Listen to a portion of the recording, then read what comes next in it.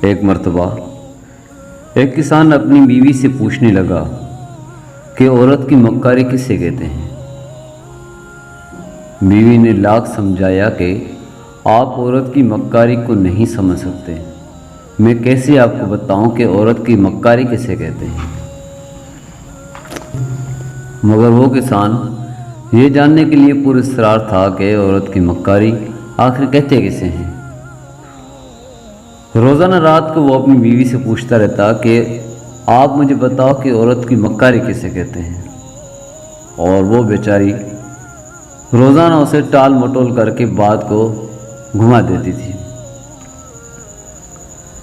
ایک دن جب کسان اپنی فصل کو پانی دے رہا تھا تو پانی میں ایک مچھلی بہہ کر اس کی فصل میں آ جاتی ہے۔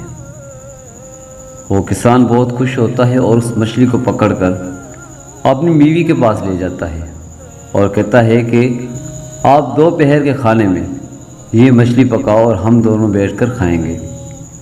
وہ مچھلی دے کر دوبارہ اپنی فصل کی جانب چلا جاتا ہے۔ جب گھر آتا ہے تو اپنی بیوی سے پوچھتا ہے کہ لاؤ کھانا لے آؤ۔ جب بیوی کھانا لے آتی ہے تو کھانے میں مچھلی نہیں ہوتی۔ وہ اپنی بیوی سے پوچھتا ہے کہ بھلا جو میں مچھلی لے کر آیا تھا وہ مچھلی کدھر ہے؟ بیوی حیران ہو کر پوچھتی ہے کون سی مچھلی؟ کسان بولتا ہے کہ وہ مچھلی جو میں فصل سے لے کر آیا تھا۔ بیوی ہنسنے لگی اور بولنے لگی بھلا فصل میں بھی کوئی مچھلی ہوتی ہے کیا؟ لیکن کسان نے کہا کہ میں فصل سے مچھلی لے کر آیا ہوں۔ بات تو میں تک پہنچ گئی اور بیوی شور مچانے لگی جس پر لوگ اکٹھے ہو گئے۔ کسان کی بیوی نے لوگوں کو بتایا کہ یہ کہہ رہا ہے کہ میں آپ کے لیے فصل سے مچھلی لے کر آیا ہوں اور آپ نے وہ نہیں پکائی۔ بھلا مجھے یہ بتاؤ کہ فصل سے بھی کوئی مچھلی لے کر آتا ہے کیا؟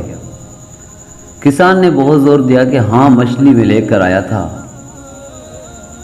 مگر اس کی بیوی یہ ماننے کے لیے تیار نہ تھی کہ آپ کوئی مچھلی لے کر آئے ہو، جس پر کسان بہت غصہ ہوا اور اپنی بیوی کو مارنے لگا۔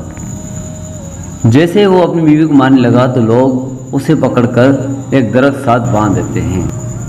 جب وہ لوگ کسان کو درخت کے ساتھ باندھ کر چلے جاتے ہیں تو اس کی بیوی اس کے سامنے وہ مچھلی پیش کرتی ہے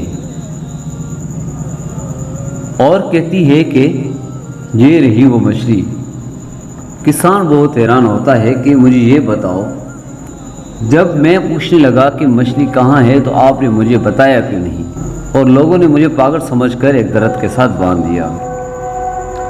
بیوی نے اسے سمجھایا کہ اسے عورت کی مکاری کہتے ہیں۔ میں کیسے آپ کو بتاتی کہ عورت کی مکاری کسے کہتے ہیں، اس لیے یہ سب کچھ مجھے کرنا پڑا۔